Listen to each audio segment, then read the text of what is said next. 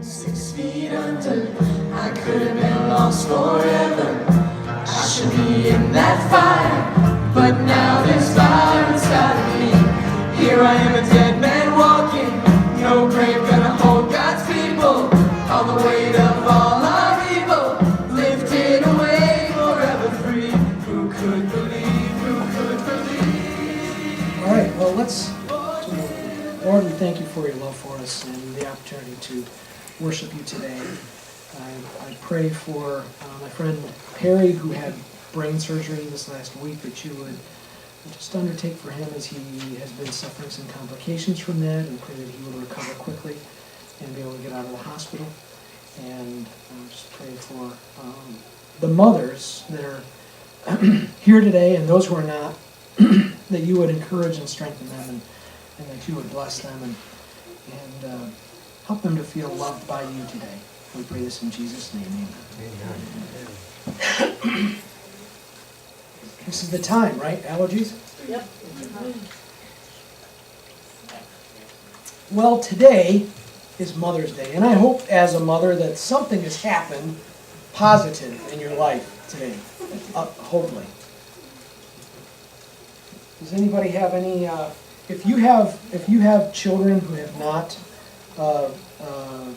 said or done something for you today, and I know them, I want you to talk to me after the service. Because without you, Mom, they wouldn't be here. Amen. Right? All right. Fathers are next month, so you won't worry about the fathers. Although when I was shopping for Mother's Day cards yesterday, I had to say it yesterday, Father's Day cards are already out. What is that all about?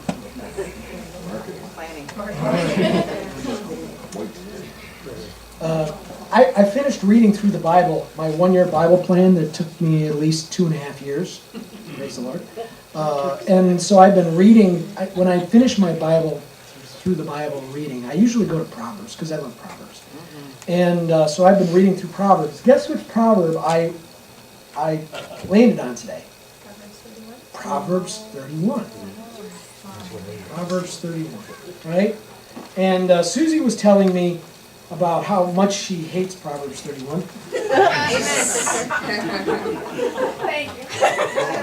And actually, we went to a church once where the pastor preached on Proverbs 31, and she reminded me of this. I had forgotten. Obviously, it wouldn't impact me as much as it did her, but the pastor went through the whole book, the whole section on Proverbs,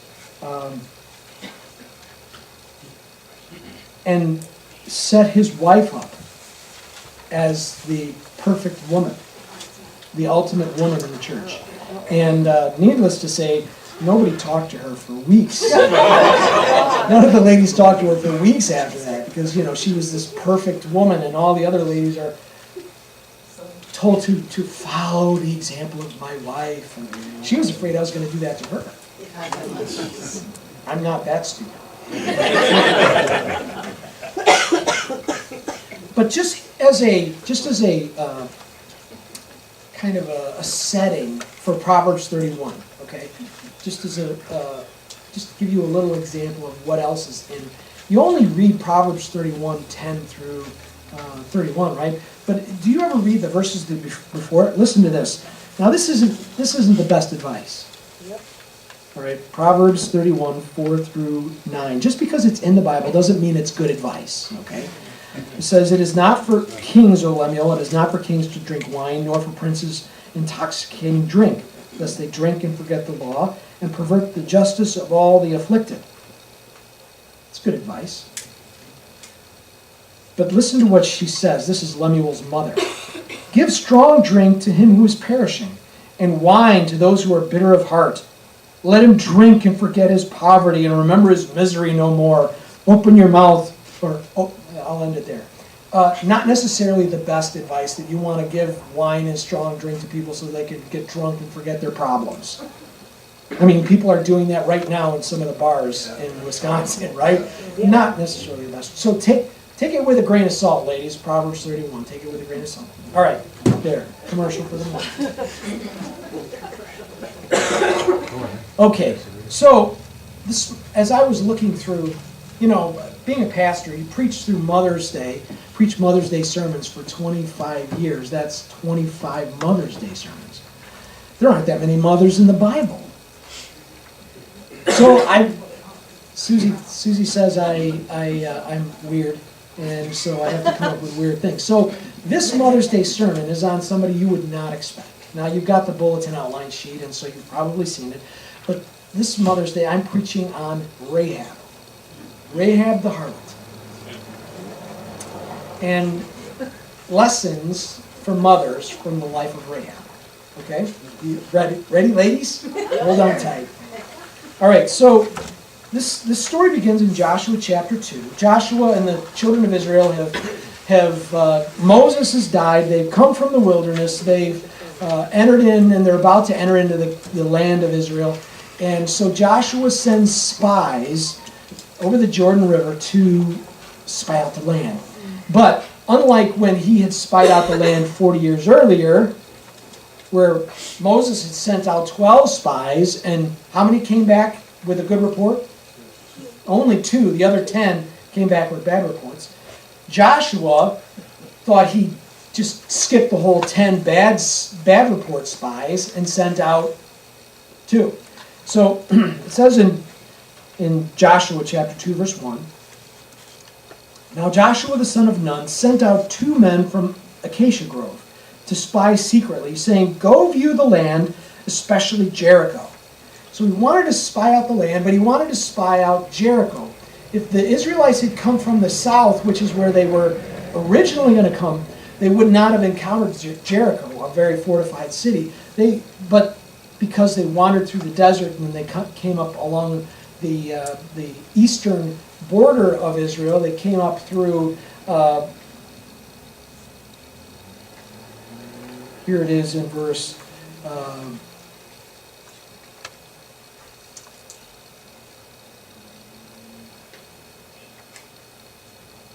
10.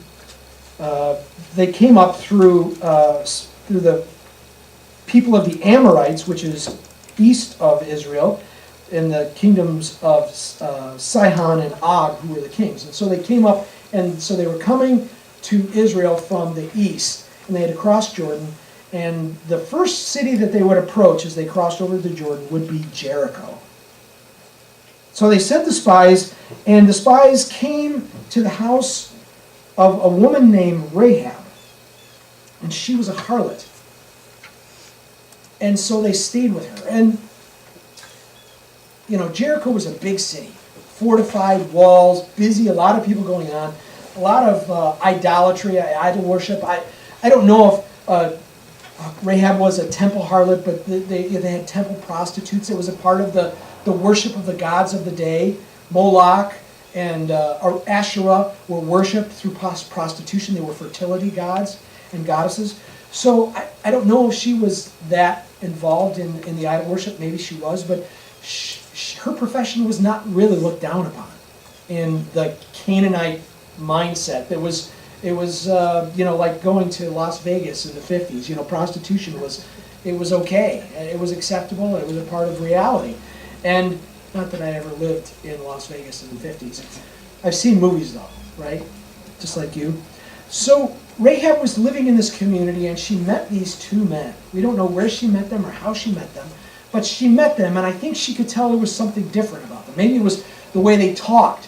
They had lived in Canaan. The Jews had lived in Canaan when Abraham was there, but then they went down to Egypt for 400 years.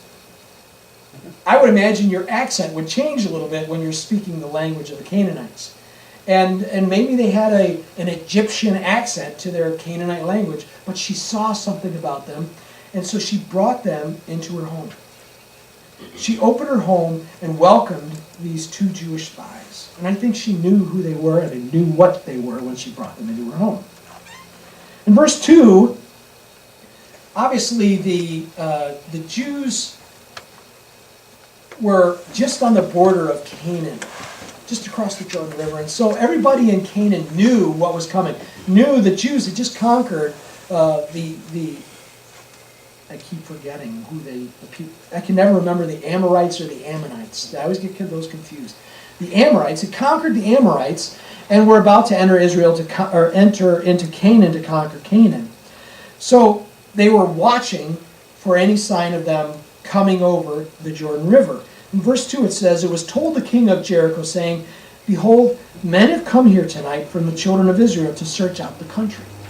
So obviously they had people watching the gates, and Rahab wasn't the only person who noticed that these guys were spies from Israel.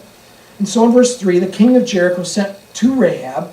Obviously the spies watched where they were going, or the informants were watching where the spies went. They saw the whole exchange of Rahab meeting them and then taking them to her house. So the king sent to Rahab, saying, "Bring out the men who have come to you, who have entered your house, for they have come to search out all the country." So what did Rahab do? She had a choice, right? This is the conflict part of the story. She has a choice. What's she going to do? She can either give them up, or take the risk of protecting them. So we know in the rest of the story that she takes that risk. It says in verse 4 that she took the two men and hid them. And so she said to the men who came,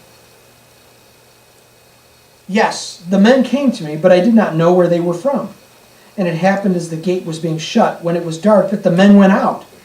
Where the men went, I don't know. Pursue them quickly, for you may overtake them."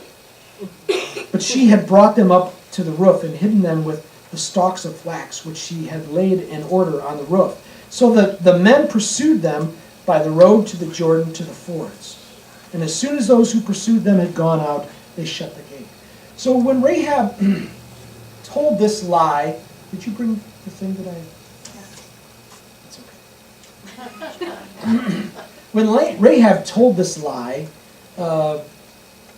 they believed her. Why would they believe her? Why would someone who was so ingrained in their culture, possibly a temple prostitute, a harlot, someone whose life was so different from the life of Jews, side with the Jews against her own people? So of course they believed her. Now, there's a question, and if you've read the book, Growing Up in Christ, if you've gone through the book, we raise this question. Did God bless Rahab for the lie? Did God bless Rahab for the lie? I want to turn to James chapter 2. I'm just throwing this in there, Garrett. See how fast you are.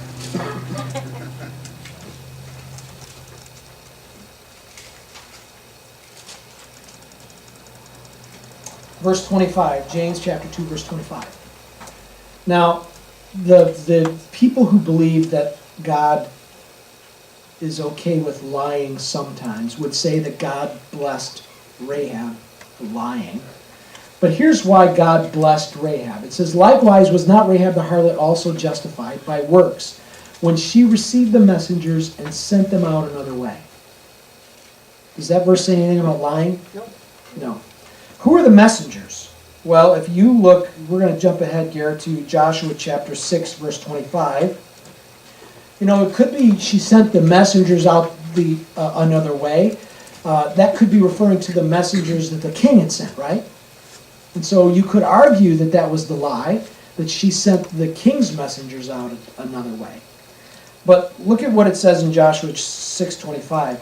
"Joshua spared Rahab the harlot, her father's household, and all that she had, so she who dwells in Israel to this day, because," why? "She hid the messengers when Joshua sent them to spy out Jericho." And they are the ones who she sent out the other way, right? She said, "Don't go to the road from Jericho to the Jordan River. Go into the mountains and wait, because when they come back, they're going to find you. So go a different way." So Rahab was not blessed for lying. She was blessed for sending the messengers out and protecting them, because they probably wouldn't have known to go a different way. They would have just gone out and gotten captured, and so she protected them, even above and beyond hiding them on a roof. So Rahab put her life on the line and protected the spies the only way she knew how. And in Rahab's culture, I have to believe, lying was okay. Is lying okay in our culture? Yes. It is, as long as you don't get caught. People lie all the time. And it's only when you get caught that it matters. It's not a bad thing to lie, it's just a bad thing to lie and get caught. I mean, isn't that what our political system is based on? Isn't that what most of our country is media? It's okay to lie until you get caught. And then, oh my goodness, you're a terrible person because you were caught. So in verse 8, it says, before they lay down, she came up to the roof and said to them, I know, now this is amazing. This is why I think she knew who they were when she met them on the street. She said, I know that the Lord has given you the land, that the terror of you has fallen on us, and that all the inhabitants of the land are faint-hearted because of you. You could feel it in the city and in the country. You could feel the weight and the heaviness of the threat of Israel as they were moving in to conquer the land of Canaan. For we have heard how the Lord dried up the water of the Red Sea for you when you came out of Egypt, and what you did to the two kings of the Amorites who were on the other side of the Jordan, Sihon and Og, whom you utterly destroyed. And as soon as we heard these things, our hearts melted. Neither did there remain any more courage in anyone because of you, for the Lord your God, this is her conclusion, for the Lord your God, He is God in heaven above and on earth beneath. This is a pagan woman. She's lived in idolatry in her entire life and very probably made her living in the temple idol worship. And yet when she was faced with the reality of God working in the world, she could only draw one conclusion, and that was that the idols that she was worshiping were worthless, and that God was the God of heaven and earth. Amen. If you look at Proverbs 1:7, does anybody know Proverbs 1:7? Fear of the Lord is the beginning of wisdom. What was that? Fear of the Lord is the beginning of wisdom. Fear of the Lord is the beginning of wisdom, and I'll give that one to Garrett, because even though he has the sermon in front of him, and he doesn't have the sermon in front of him? That's my mistake. That's absolutely right, Garrett. The fear of the Lord is the beginning of knowledge. The fear of the Lord is the beginning of knowledge. She saw what God could do. She saw God's awesome power in how He could intervene in people's lives and overcome unbelievable and unimaginable obstacles to accomplish His will in the life of His people. She saw that, and she saw what she had.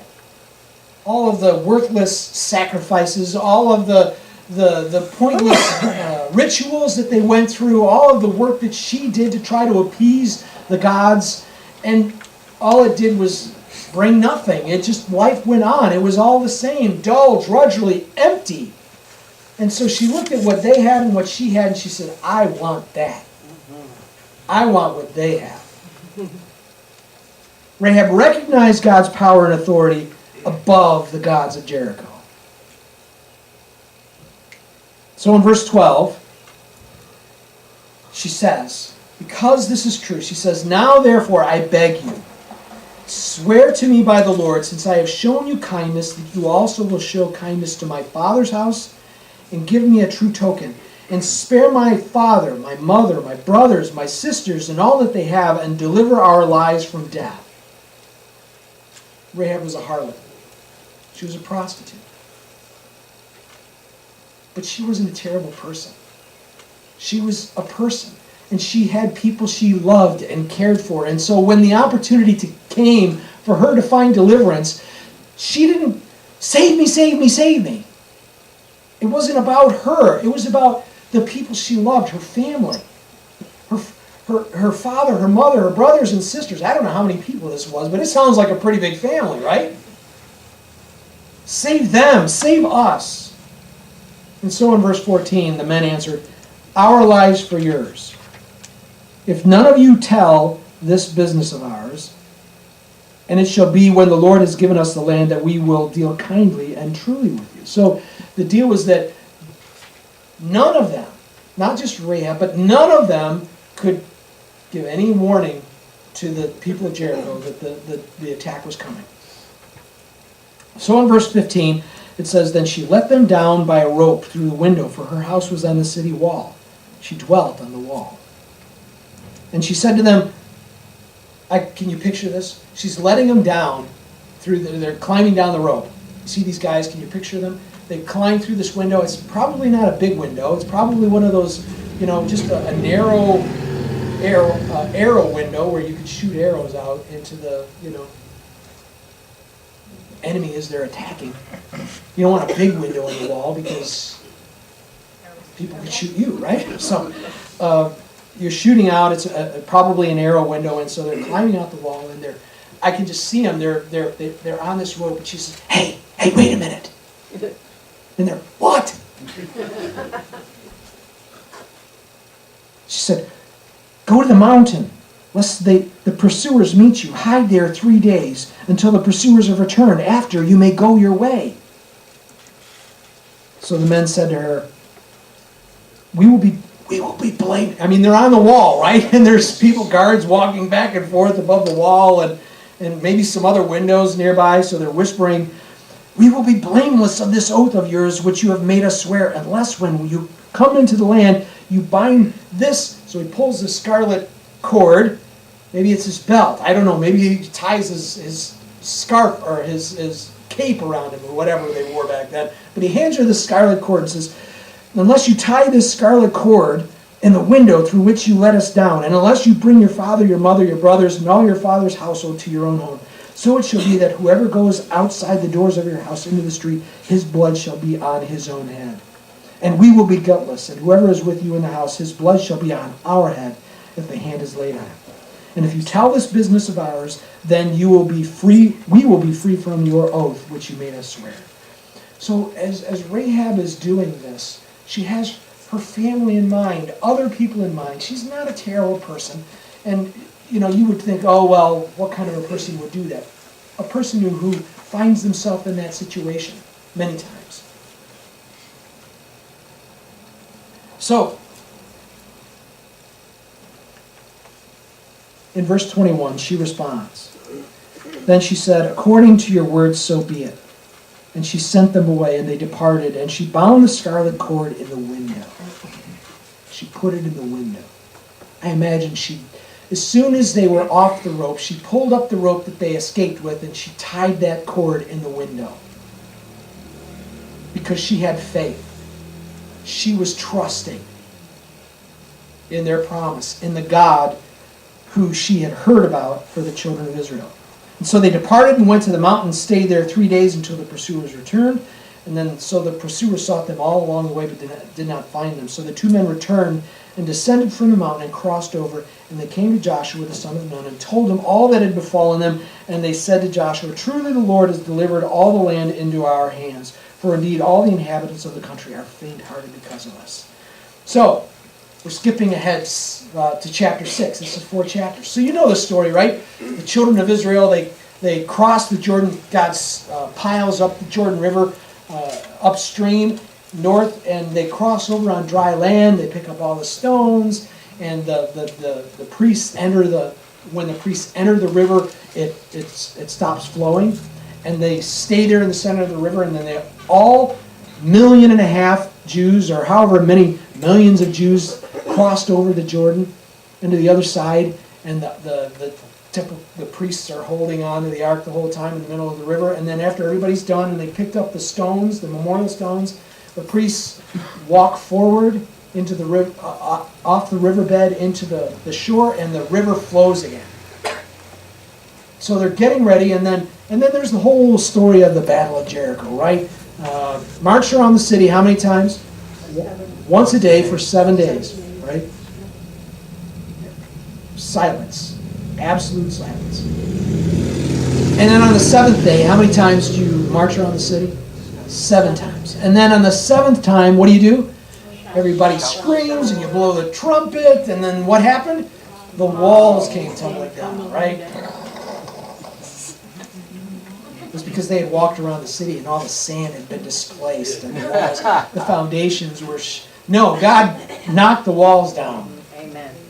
Except one small section of the wall. One small section. And that was the section that held Rahab's house.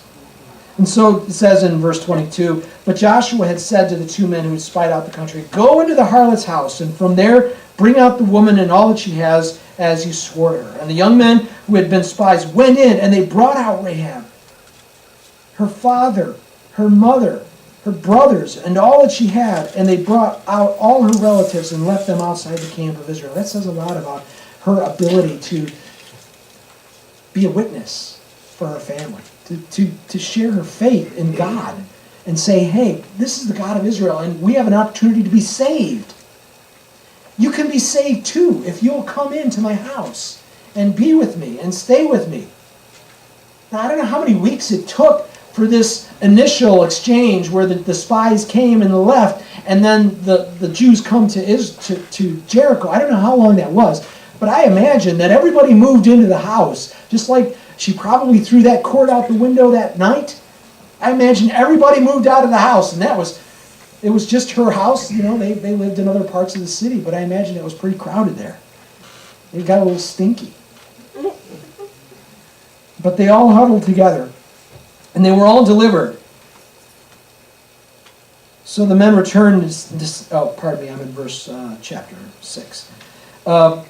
But then they brought everybody out, all of Rahab's family, and they burned the city and all that was in it with fire, only the silver and gold and the vessels of bronze and iron they put into the treasury of the house of the Lord. And Joshua spared Rahab the harlot, her father's household, and all that she had.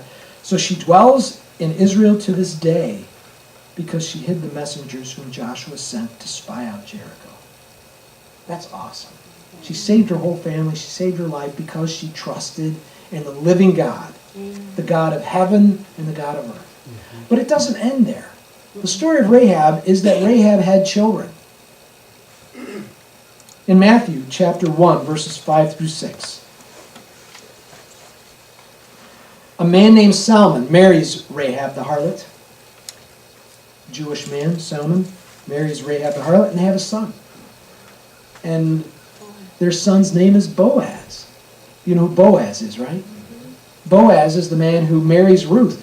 What a godly man Boaz was. He was way up there in the nation of Israel as far as the quality of man he was, serving the Lord and following God.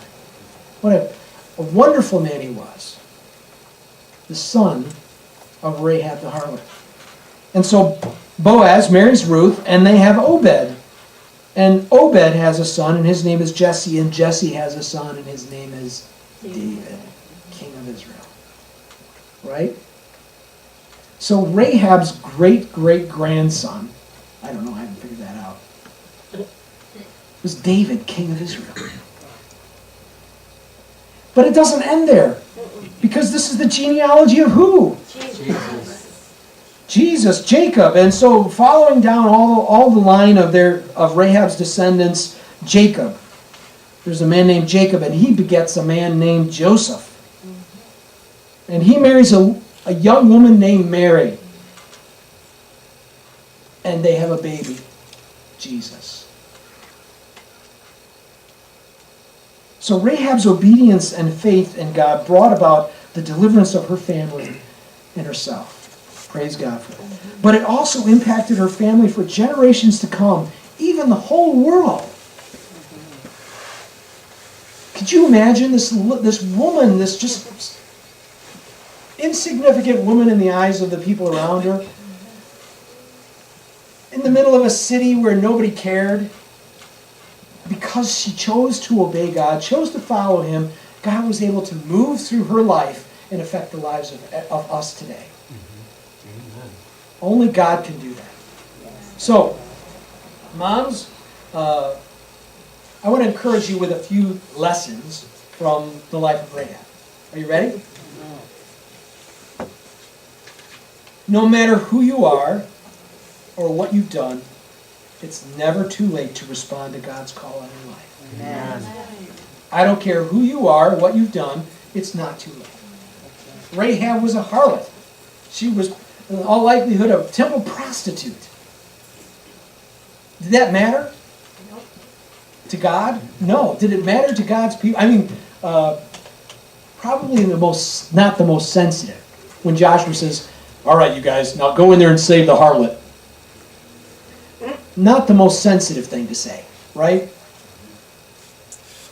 But God loved her. She followed him, and it didn't matter. It didn't matter what she'd done up to that point. She responded to God's call in her life. Here's the next thing, ladies. God doesn't expect you to be perfect at the moment you decide to follow him. You know, I think so many times we, as mothers, just kidding, we feel like we have to be perfect when we come to God. We have to measure up to this standard. That, you know, that I'll work on becoming a better person, and then finally I'll be able to come into God's presence and follow God. No, God doesn't. You don't come to God because you don't need him to help you get better. You come to him because you do need him, and you recognize that you need him to help you get better. That you're not perfect, and that's okay. Did God, you know, in the story where she lies, oh Rahab, oh, I'm sorry, but you've blown it. You lost your chance. You lied. Forget it. I was going to save you, but now I'm not. No. God didn't even mention it. She was basically an unbeliever, a pagan, somebody who had never followed God or his laws in any moment of her life. She was living in the society where she was. She did what she thought was the best thing to do, and God was okay with, not that he approved of what she did, but he could look beyond it because he saw her faith and her trust in him.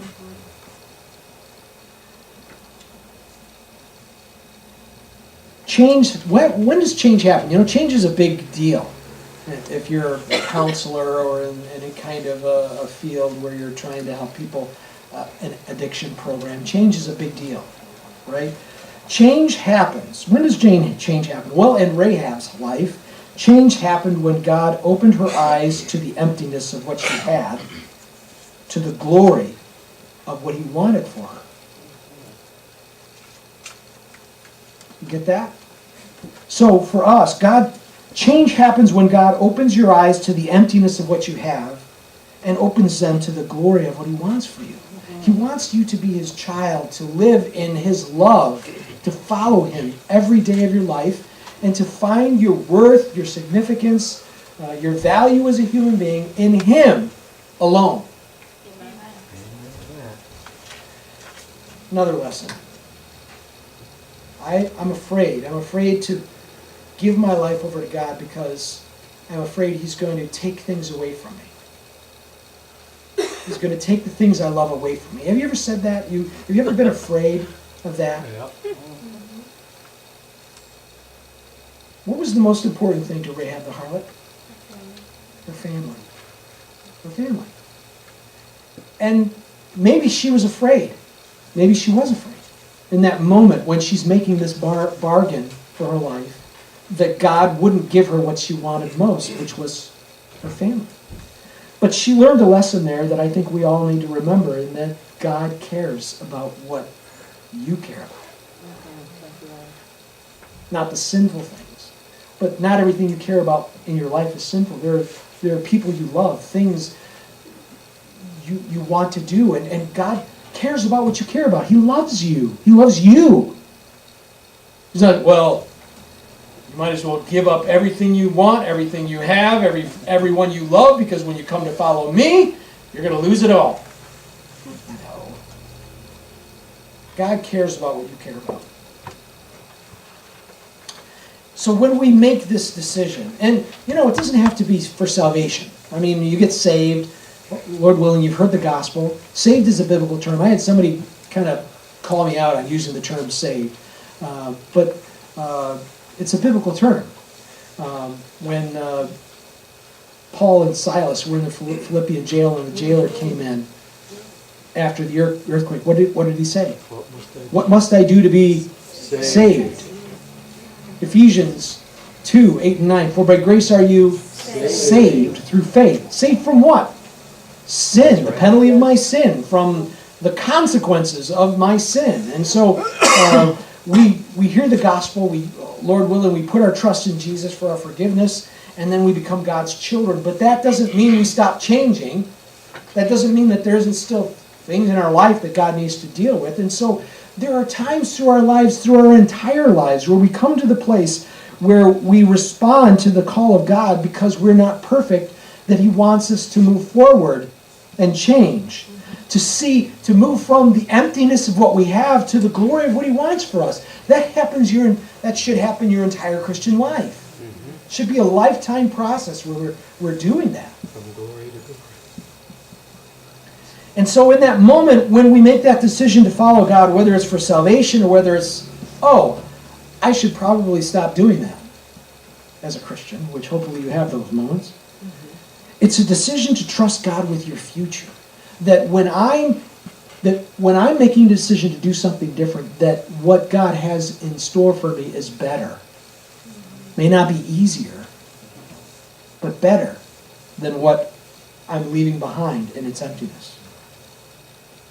And when we do that, we leave a legacy that might impact our family and children and grandchildren and great-grandchildren for generations to come. The change I make as a believer, whether you're a mom or not, the change you make as a believer today can impact the people who follow you.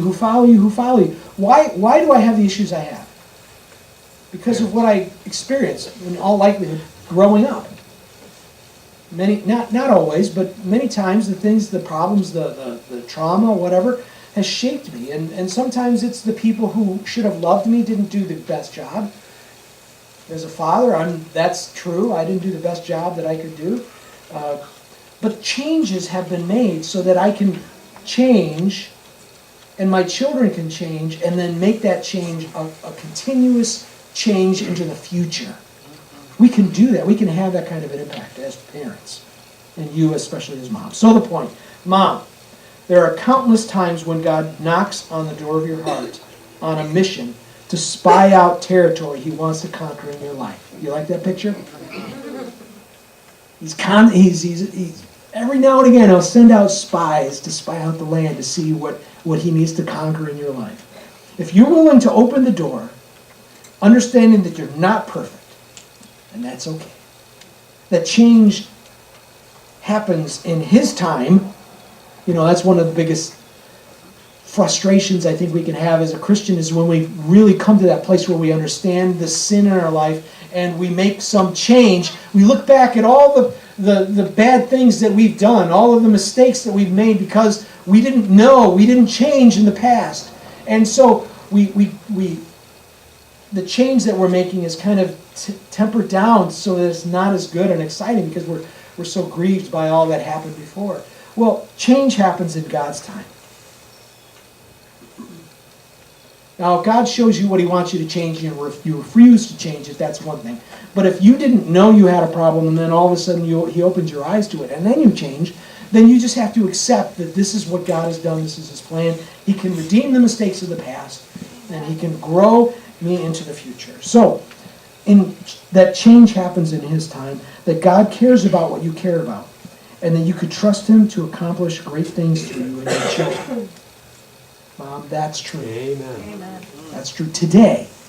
Doesn't matter what's happened up to this point in your life, today is a new day, and you can come to God and follow Him and put your trust in Him for your future, and He will bring wonderful things into your life. So, I'm going to have Garrett go now, and he's going to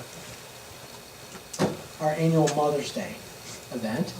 I was talking to Pastor Scott last night, and he was telling me the best way to do this. So, not every woman here, adult woman here, is a mother. But that's okay, because many adult women have been mother to someone. So as Garrett brings in, he had to go cut them. Garrett brings in the roses. We're going to invite all the mothers and surrogate mothers women who have been mother to someone to come on up. Anybody, any lady 18 years and older, how's that? Any lady 18 years and older is going to come up and grab a flower. And then, depending on how many we have left over, you may get more. All right. So I want all the mothers to stand. We're going to pray a prayer of dedication.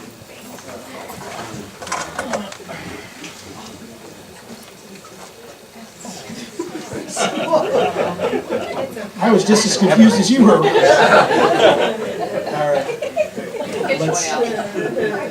Let's pray. Lord, we thank you for these mothers that you have brought into our lives, and we thank you for the opportunity that we can honor them today on Mother's Day. And I pray that these mothers would feel your love for them, Lord, knowing that you love and care for them, that you are working in their lives, and that no matter what has happened in the past, that they can rest in your love today and follow you. So, Lord, I pray that you would encourage them and strengthen them, bless them, and continue to use them in our lives. We pray this in Jesus' name. So I want the mothers to come.